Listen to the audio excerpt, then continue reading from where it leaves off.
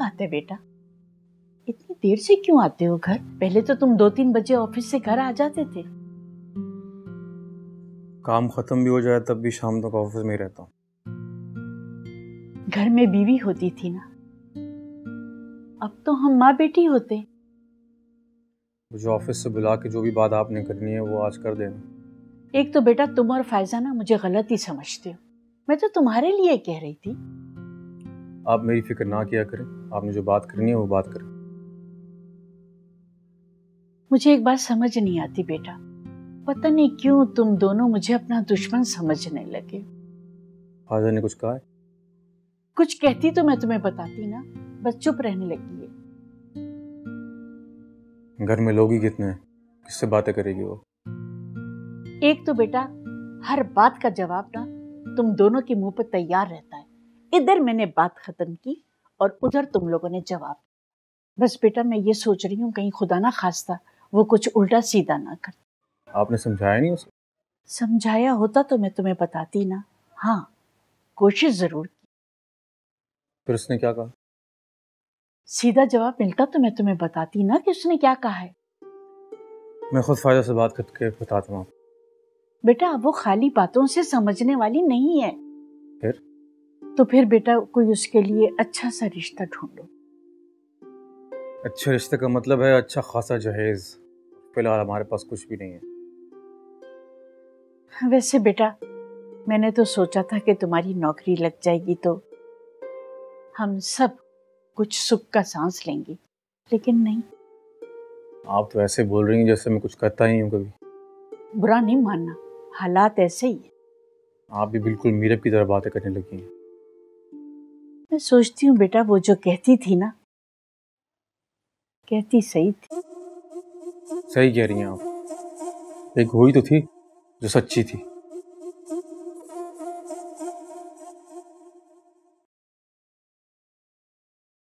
ये भाई किसको सच्चा कह के गए? मुझे तो ये लक़ब देने से रहा वो। तो फिर ये बेटा कि तुम कोई अपनी बात नहीं कर सकती हो। बिल्कुल कर सकती हूँ अम्मी, अगर आप और भाई मेरी बात करना बंद कर दे तो। एक बात बताओ, तुम्हारा हम दोनों से कोई मुकाबला है? भाई का गुस्सा मुझ पे क्यों निकाल रही हैं आप? तो और क्या करूं बेटा? अब ऐसे कैसे बता दो कि क्या करें, पहले पूरी बात तो बताएं। मैं तुमसे कोई मशवरा नहीं मांग रही हूँ।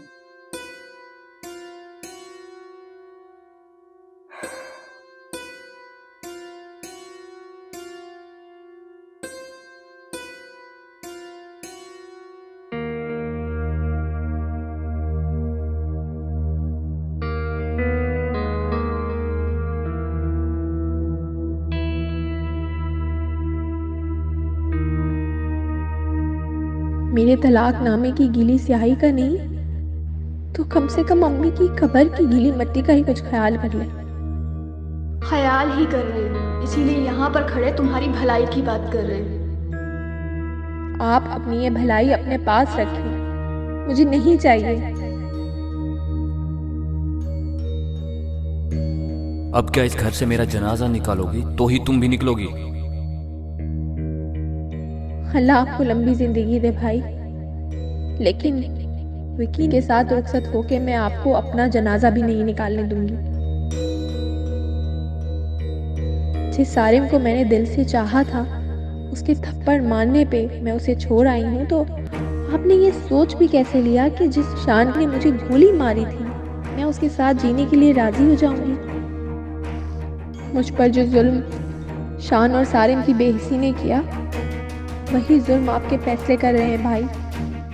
ये सब भी सह लूंगी, लेकिन किसी सूरत उस विकी को कबूल नहीं करूंगी।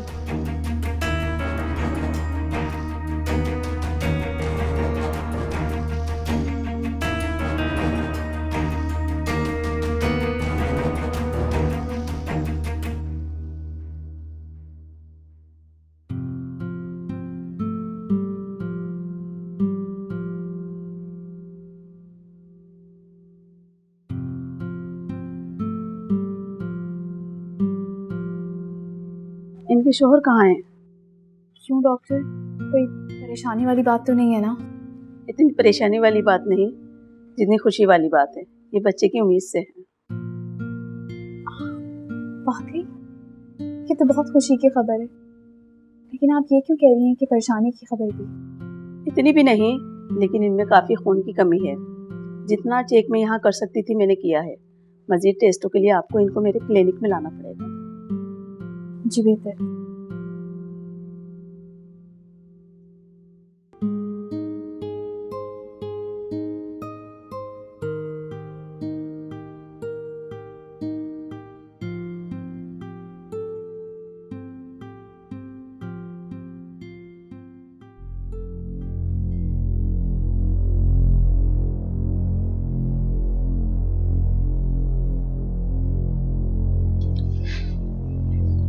जब मैंने पहले मीरब से पूछा था कि ऐसी वैसी कोई बात तो नहीं है, तब उसने ये सब कुछ क्यों नहीं बताया? तुम ये क्यों कह रही हो? तब उसे खुद भी पता नहीं था। एक तो मुझे आपका समझ में नहीं आता कि आप किसकी तरफ हैं। इस घर में मैंने दुश्मनियां पाल रखी हैं जो किसी की साइड पे होऊंगा। तो मैंने विक्की वाली बात तुम्हारी क्या मान ली? तुम तो ये समझने लग गई हो कि मैं तुम्हारा दोस्त और अपनी बहनों का दुश्मन हूँ। आपको लगता है फरहीन और मीरब को हम दोनों की दुश्मनी की जरूरत है? वो खुद ही काफी है अपना घर खराब करने के लिए। तुम ये बहस खत्म क्यों नहीं कर देती? मेरी तरफ से खत्म ही है, बहस भी, बात भी और ये रिश्ता भी। लो जी, तुम तो सच में दुश्मनी पे उतर आई हो। अगर दुश्मनी पे उतर आई तो दुश्मनी ही ठीक है। अब ये मत कह देना कि दुश्मनी को रिश्तेदारी में बदल लेते। मरियम, तुम क्यों नहीं समझ रही? तुम वैसा क्यों कर रही हो जो मीरब चाहती है? देखिए आमिर, इससे पहले आप अपनी बहन का घर बसाते बसाते अपना घर उजाड़ लें, इस बात को यहीं पर खत्म कर दें। घर उजाड़ने वाली बात कहाँ से आ गई? पता नहीं चलता ना इस घर में कब क्या कैसे हो जाता है। आप मीरब के बच्चे को ही देख लें, घंटा भर पहले तो उसकी कोई खबर नहीं थी। बच्चे की खबर ऐसी आती है जैसे आई है। खैर, तुम्हें क्या पता, तुम कभी माँ जो नहीं बनी।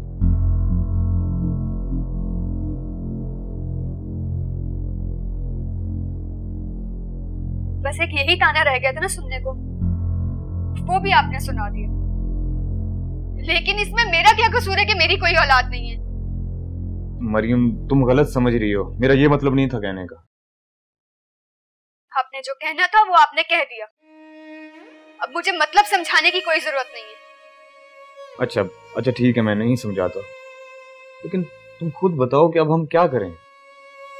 आपका सवाल ही आपका जवाब है कि अब हम क्या करें।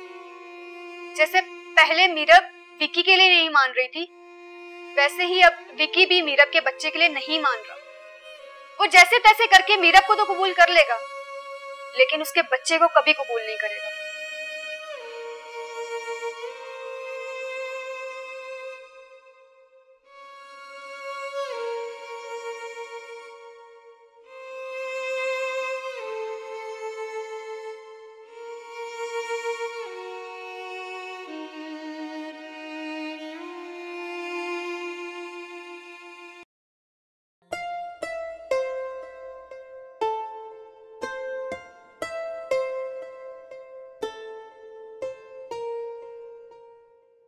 अल्लाह, राफे, राफे, आप यहाँ क्यों? ऐसे क्या देख रही हो? क्या पहचानने की कोशिश कर रही हो? नहीं, ऐसी कोई बात नहीं है, लेकिन बस इस वक्त मैं आपको यहाँ पे एक्सपेक्ट नहीं कर रही थी। तो क्या वापस चली जाऊं? ये कैसी बातें कर रही हैं आप? आपका अपना ही घर है। जानती हूँ, बताने की जरूरत नहीं है।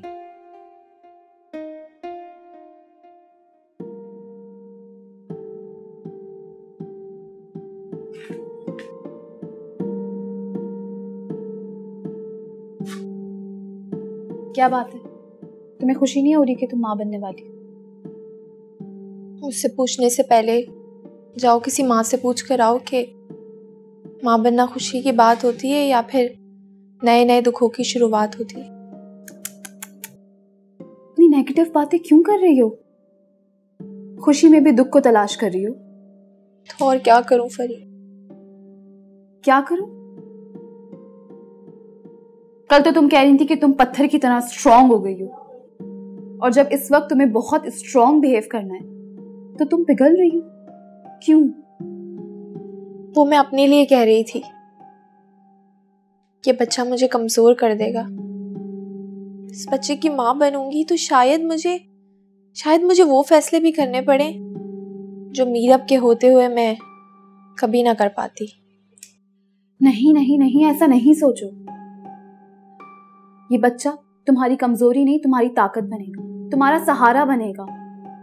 वो तो बात की बात है ना, मैं तो आज की बात कर रही हूँ। आज और कल का फैसला करने वाले हम होते कौन हैं?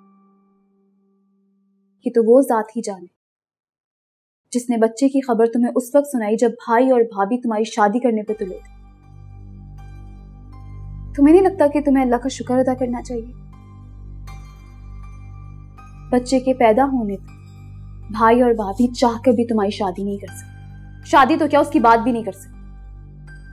अब ये सोचने मत लग जाना कि वो जब बच्चा पैदा हो जाएगा तो क्या करेंगे। इतनी दूर का अगर हम देख सकते तो अपनी तरफ आते हुए दुखों को नहीं देख लेते। तो ठीक है, लेकिन क्या? सारिम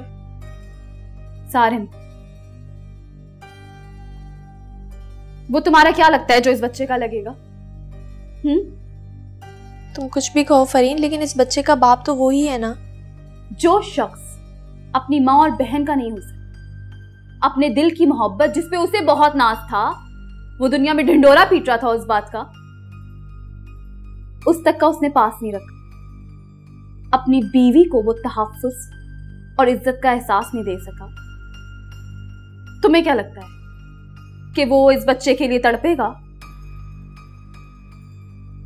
एक बेहिस इंसान से अगर तुम जज्बाती बाप की उम्मीद लगा रही हो तो गलत लगा।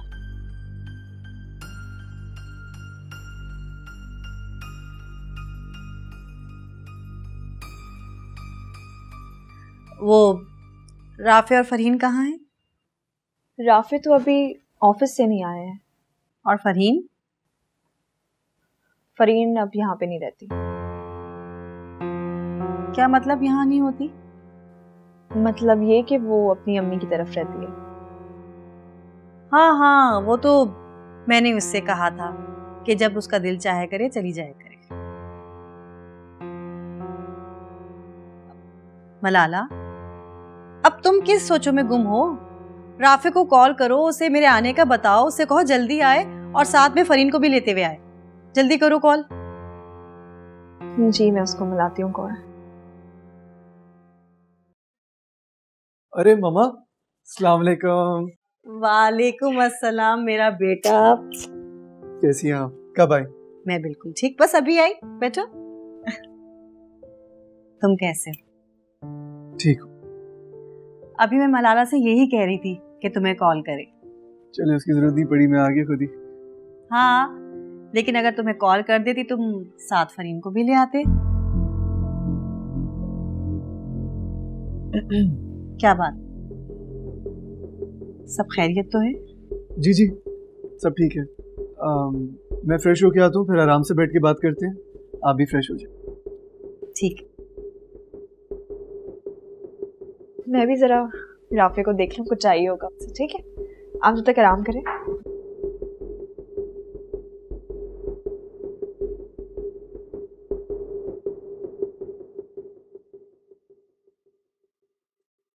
राफे, तुमने अभी तक आंटी को बताया नहीं है? क्या नहीं बताया? यही कि फरीन अब इस घर में वापस नहीं आ सकती। मुझसे पहले तो वो तुमसे मिली थी, तुम बता देती। हाँ, मैं बता देती। मैं क्यों बताती? ताकि ये नेकी भी मेरे सर पे आ जाती। हाँ, और उनको लगता कि फरीन को इस घर से निकलवाने में मेरा हाथ है। तुम नई बहस शुरू कर दो। मैं बहस नहीं कर रही, मैं बस तुम्हें तुम्हारी बात का जवाब दे रही हूँ और कुछ नहीं। मैं सोच नहीं सकता कि उन्हें क्या जवाब दूं। इतना तो तुमने फरीन को तलाक देते हुए नहीं सोचा जितना तुम अपनी माँ को बताते हुए सोच रहे हो। रफे, इतना डर क्यों रहे हो यार?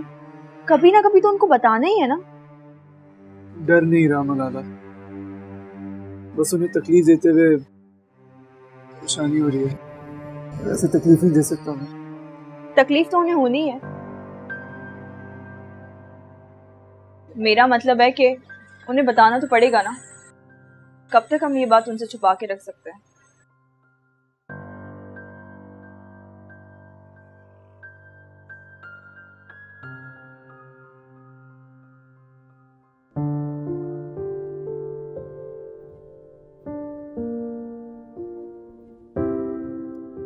अंकल तो बहुत खुश हुए होंगे ना अपने पास आपको अमेरिका में देखते हुए। हाँ वो तो हुए थे, लेकिन जो उनकी हालत थी वो देख के बहुत तकलीफ हुई मुझे। अल्लाह ताला उनकी दर्जात बुलंद करे। हाँ तुम कैसी हो मलाला? जी मैं बिल्कुल ठीक हूँ, अल्लाह का शुक्र।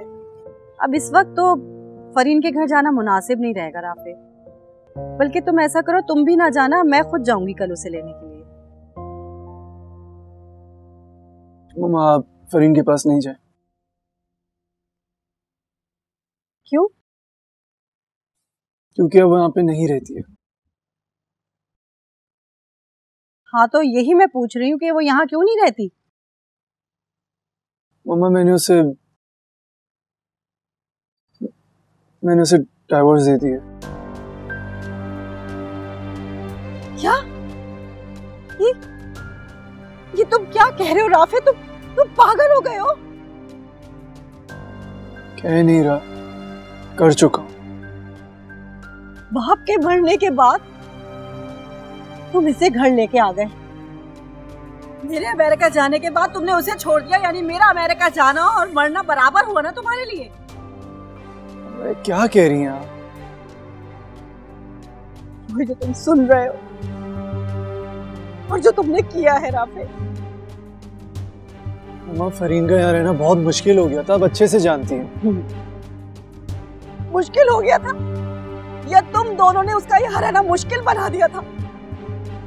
मैं तो समझ रही थी राफे तुम ठीक हो गए हो, सुधर गए हो, लेकिन नहीं, तुम तो बिल्कुल वैसे के वैसे ही हो। जिस लड़की को इस घर में संभाल के रखना था उसे छोड़ दिया, और जिसको घर नहीं लाना था उसे यहाँ संभाल के बैठे।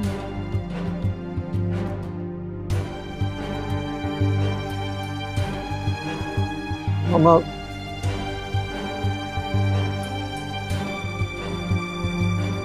कुछ नहीं बोला मुझे मेरे बारे में।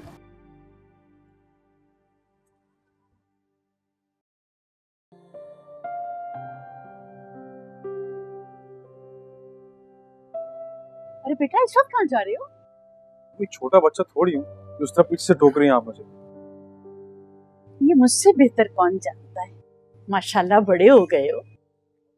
नहीं, आपने मुझे ये बात कहने के लिए रोका है? जी नहीं, कुछ बताने के लिए रोका है। क्या? तुम्हें पता है मीरब की बहन फरीन की तलाक हो चुकी है।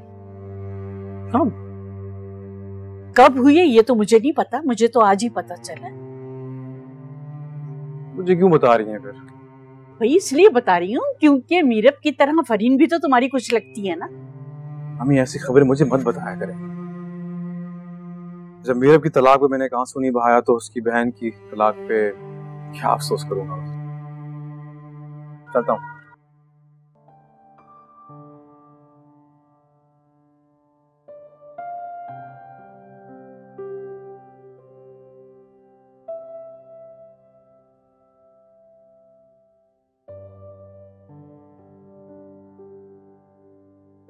मुझे माफ कर देना बेटा, मुझे मालूम नहीं था कि मैं कुछ दिनों के लिए अपना घर छोड़कर जाऊंगी तो तुम्हारा घर ही टूट जाएगा। आपको माफी मांगने की कोई जरूरत नहीं। फरीन तो मुझे एक फोन तो कर सकती थी ना। तो क्या कहती फोन करके? अगर तुम कुछ ना भी कहती ना बेटा तो मैं समझ जाती, लेकिन अब बताओ मैं क्या करूं? आप मेरे लिए दुआ करें आंटी कि अल्लाह मुझे हिम्मत दे कि मैं अपनी माँ और अपने शौहर के बगैर रह सकूं। तुम क्या कह रही हो फरीन? बेटा अगर मेरे ना होते हुए भी कुलसुम आपा जिंदा होती तो शायद ये तलाक ना होती। आप ठीक कह रहे, लेकिन राफे तो किसी की नहीं सुनता ना। ये सब हुआ कैसे? आंटी, ये बात आप अपने बेटे से क्यों नहीं पूछ लेती? मीरा, ऐसे कैसे बात कर रही हो आंटी से? जो कुछ भी हुआ इसमें इनका कोई कसूर नहीं है। फहीम, मैं आंटी से कोई बदतमीजी नहीं कर रही, और मुझे पता है कि आंटी यहाँ तुम्हारे दुख के साथ साथ अपना दुख भी रोने आई हैं। लेकिन क्या एक बार तुम इनसे अपने लहजे में ये बात पूछ सकती हो कि इन्हें अपने बिगड़े बेटे को सुधारने के लिए सिर्फ एक तुम ही मिली थी? ये तो मुझे नहीं पता कि राफिद सुधरा है या नहीं, लेकिन तुमने अपनी जिंदगी तो बिगाड़ ली ना। मैं अब चलती हूँ। आंटी, आपने तो कुछ खाया पिया भी नहीं, ऐसे कैसे आप जा सकती हैं? जैसे मैं जा रही हूँ। मैं कुछ समझी नहीं। समझ में तो मुझे भी नहीं आया था बेटा। जब मुझे मालूम हुआ कि तुम मेरा घर हमेशा के लिए छोड़ के चली गई हो, फिर सोचा कि कुलसुम आपा से जाके अपने बेटे के किए की माफी मांग लूंगी और उनकी इजाजत से एक बार फिर तुम्हें अपनी बेटी बना के अपने साथ ले जाऊंगी। लेकिन यहाँ आके मालूम हुआ कि मैं तो कुलसुम आपा से मिल ही नहीं सकती, और ना ही उनसे माफी मांग सकती हूँ, और ना ही तुम्हें अपने साथ ले जा सकती हूँ। मैं आपकी बात नहीं समझी।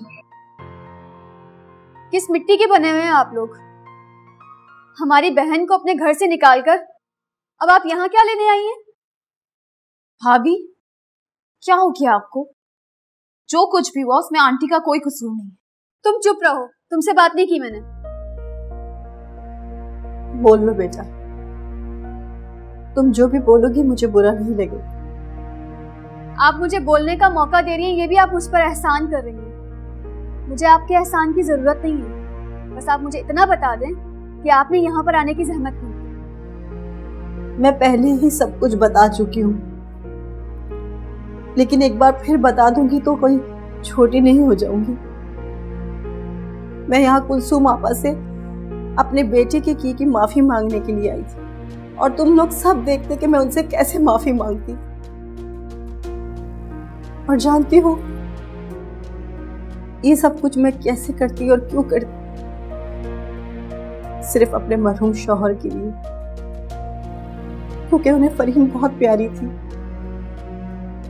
अगर आज वो जिंदा होते तो शायद मेरी जगह वो सब करते, लेकिन मेरी बदकिस्मती कि ना तो मेरा शौहर जिंदा है और ना ही माफी मांगने के लिए मेरे सामने तुम्हारी माँ। चलती हूँ बेटा, जो माफी मैं तुमसे मांगने के लिए आई थी वो अपने अल्लाह से मांग लूंगी, लेकिन हो सके तो तुम दिल से मुझे माफ कर दे।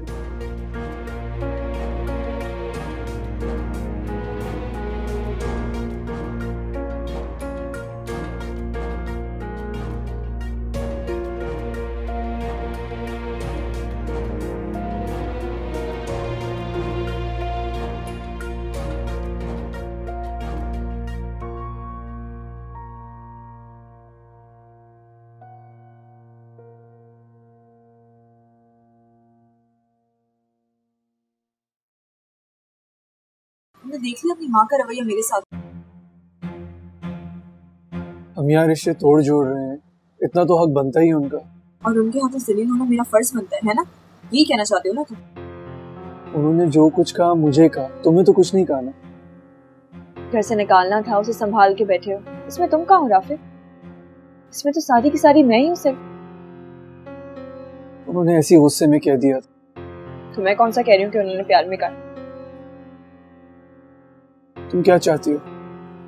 अपना फैसला बदलना चाहती हूँ। मतलब? मैं नए घर में शिफ्ट होना चाहती हूँ। मैंने खुद ही तो कहा था उसकी कोई जरूरत नहीं है, अब यहाँ पे फरीन है ही नहीं। तुम्हारी मम्मा तो है ना? तो मैं भी तो यही कह रहा हूँ, मम्मा है और अकेली है, उन्हें छोड़ के कैसे जा सकता हूँ? तो उन्हें शिफ्ट करा दो यहाँ से, उन्हें दिला दो नया घर, हम यहाँ अकेले रहते। मलाला, मेरा ये असूल ना मेरी मम्मा पे अप्लाई नहीं होता। हम यहाँ से कहीं नहीं जा रहे।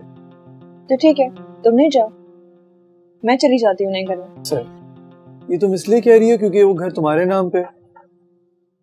और तुम बस वहां पे अकेली शिफ्ट हो जाना चाहती हो। तो उसमें बुराई क्या है? अगर मैं जाना चाहती हूँ तो तुम आ जाना, अगर तुम्हें मुझसे मिलना हो वहां, और जब यहाँ आना हो तुम यहाँ जाना। अच्छा, बस ये एक ही काम करता रहूं मैं? एक तो सोचा था कि जब फरीन यहाँ से चली जाएगी तो तुम इस भैंस को छोड़ दोगी, लेकिन नहीं। और अगर वो वापस आ गई तो? कैसे वापस आएगी? जहाँ से तुम्हारी मम्मा उसे लेने गई, वहां से।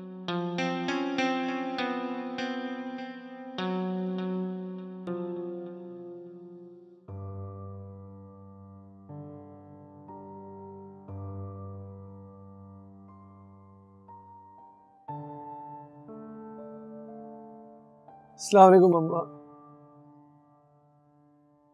मम्मा क्या हुआ है? कुछ नहीं बेटा। तो आप ऐसे रो क्यों रही हैं? मरने पे रोया ही जाता है, और क्या कर सकते। मुझे भी मामू के मरने का बहुत अफसोस है। फरहीन की माँ के मरने का कोई अफसोस नहीं। ये क्या कह रही हैं आप?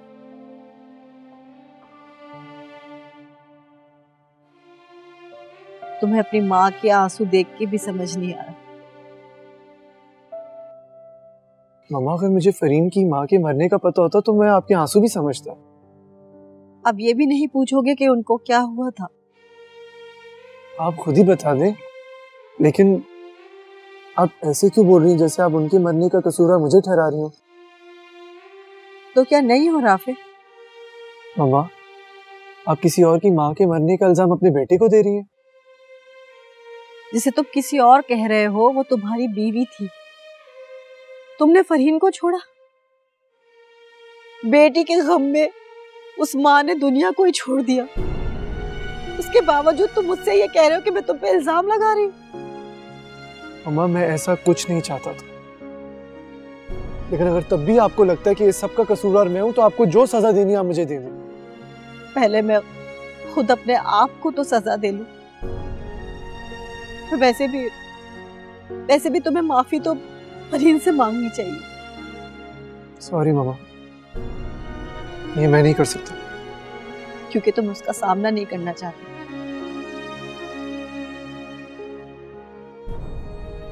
शौहर अपनी बीवी को छोड़ दे, इसका मतलब यही होता है कि उससे बात तो क्या, उसे देखना भी नहीं चाहते। उससे बात नहीं करना चाहते, उसे देखना नहीं चाहते तो अपने किए हुए पे शर्मिंदा तो हो सकते हो। आपने मुझे ऑलरेडी बहुत शर्मिंदा फील करा।